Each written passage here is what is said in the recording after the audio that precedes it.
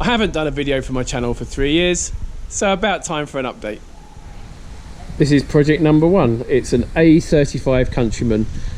I think we started this project about 5 years ago. We had a body restoration done fairly economically, but it's kind of okay. It's sort of rusting in loads of places, but that's Sri Lanka.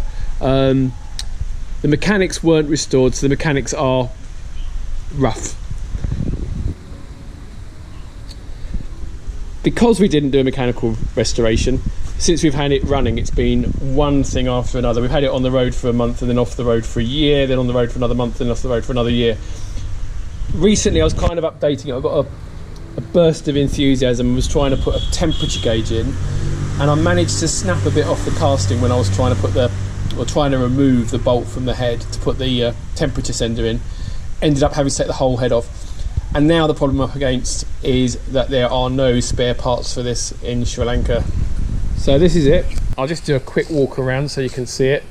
It kind of actually looks quite cheerful. It's quite a nice little car, but as you can see, getting little bits of rust bubbling up, and that's the environment in Sri Lanka. Everything rusts. It's like a tropical climate.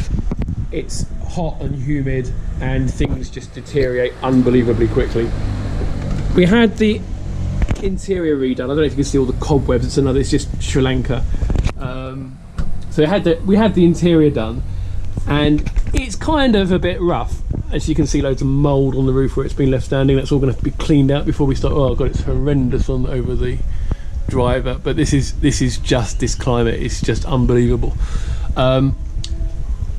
So we had this interior redone, and they recovered all the seats. We brought the fabric over from the UK, but although it's not fantastic, it's kind of okay. But it cost like 120 quid to have done. Yeah, so it's kind of really nice. I really like it, and although it's ropey and all the suspensions clatters, it's fun to drive, and I am gagging to get it back on the road. And I've just got a load of parts coming over from the UK, which is the remaining gaskets I need, the temperature sender which I couldn't get here, and some other bits and pieces.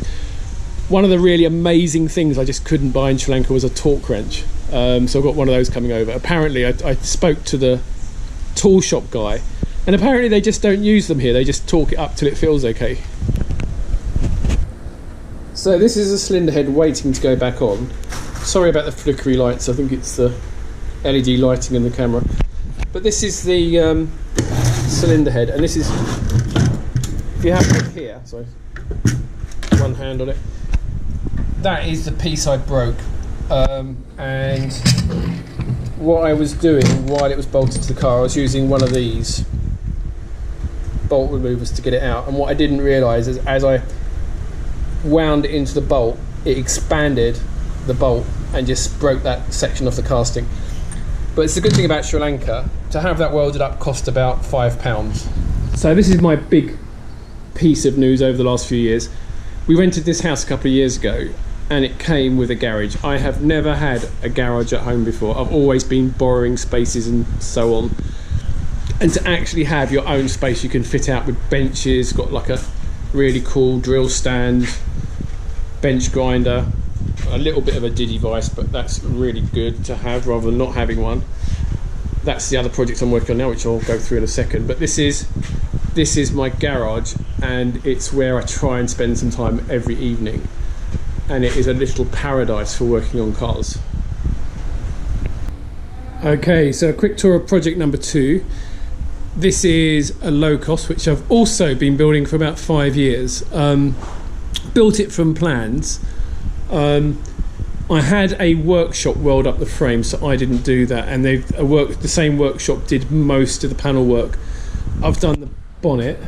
I had this nose cone made from a sample which I brought over from the UK, and also I brought those wings over from the UK, and I had these ones made from those ones, if that makes sense. I've made these aluminium seats. That's kind of from the Locost build book, but I've improvised a bit, so I've just got to make cushions for those. There's a scuttle, maybe a little bit foolishly from the weight perspective, that's made out of steel rather than aluminium, but the guys, I didn't make that either, that was made in the same workshop, and they've made a pretty good job of that. And then down here, currently I'm just making a lining for the boot so I can put things in it. So that's it, that's my low-cost build. I've also got tons of footage of this going together, from making the table which is up there, which was the table the chassis was laid out on, to making up all of the axle mounts and the suspension and all that kind of stuff. All the suspension is fully built. It's actually pretty much, the mechanicals are pretty much there, with the caveat that there's loads of going to be tons of tweaking required to make it work. Getting it registered in Sri Lanka is a task. I've got a car registration from the car that I actually scrapped to get most of the mechanicals from, but it's kind of not easy, 'cause Sri Lanka is a bit like Singapore in that it has a massive tax on cars, so they make it very, very difficult to register stuff. So let's see how I can get on with that. So over the coming 4 months, I'm going to try and cut some of the videos I've done over the last 4 years and show these projects coming together in Sri Lanka. It's quite interesting to see the comparisons between Sri Lanka and the UK, because in the UK, people on my kind of income level have got to do everything themselves. Here you can get stuff done cheaply, but there's also stuff that you can't get done cheaply. Well, not so much done, it's spare parts are the same price pretty much wherever you go.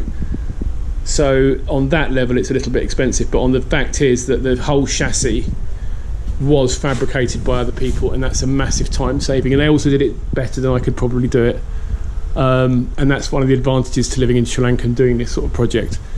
The other thing is the climate is really nice, so you don't have to worry about bracing yourself to go out into a freezing cold garage. Here you can actually go out and it's really comfortable, in fact probably a little bit too hot, but that is quite nice. The only downside, as I said before, is that everything rusts like hell.